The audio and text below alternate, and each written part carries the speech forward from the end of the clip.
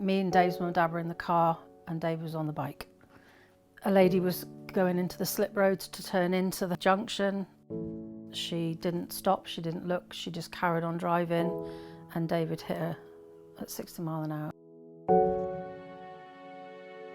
It was 10 minutes between Dad's had an accident, we don't know what's happening yet, to Dad's gone.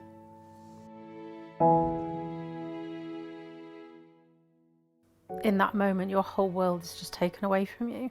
You're just in a dream world after that. It's like your whole reality is just ripped away from you. He was my best friend. He was my life partner, the father of my children. He was just the light in every situation. You put yourself in their shoes and you think about, what if it were me? Because I'm a motorcyclist myself, and you can't imagine it. You really can't. And there's nothing that can ever be done to put it right, but to try and ensure that the family have certainty in terms of their financial interests being looked after for the future. David was completely blameless. He had done absolutely nothing wrong. And so there was a significant award of compensation. The loss of income coming in, the loss of pension, all the things that David used to do around the house, which is called services, and an award in damages to reflect what we call grief and sorrow.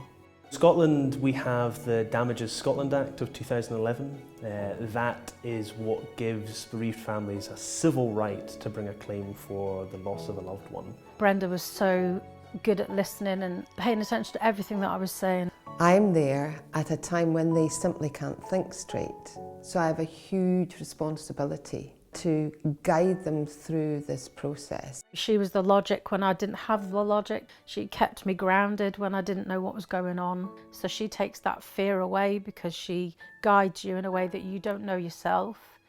You must go slowly, small steps. The successful outcome is ensuring that family can now see a future.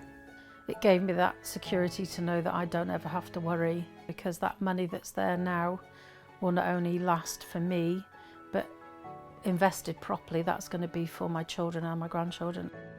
The money itself wasn't the main focus, it was the feeling like his life was worth something.